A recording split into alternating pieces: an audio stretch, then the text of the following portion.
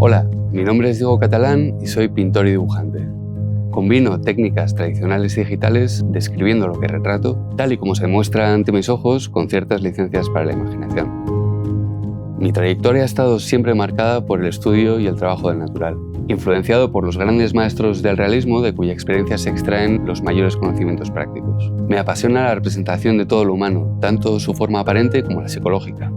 El análisis tanto de la superficie como de la estructura ósea y muscular que le da forma es la base de mi proceso artístico. A partir de aquí puede romper todos los límites de la realidad.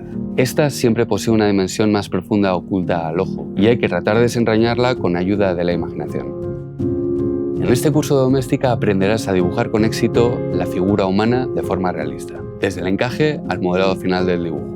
Como proyecto final, realizarás un dibujo analizando cada parte del cuerpo para poder así comprender y construir una figura sólida, realista, que te permita afrontar nuevos retos artísticos en el futuro.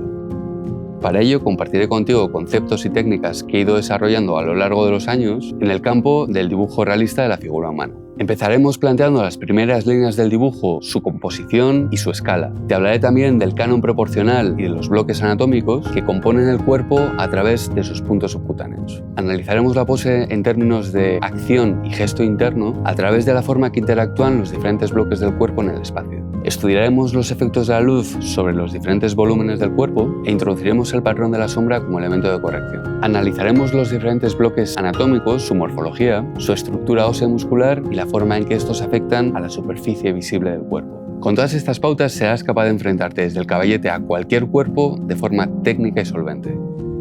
Para realizar este curso será necesario que cuentes con conocimientos básicos de dibujo, aunque si ya has hecho mi otro curso de doméstica te resultará mucho más fácil seguir los pasos.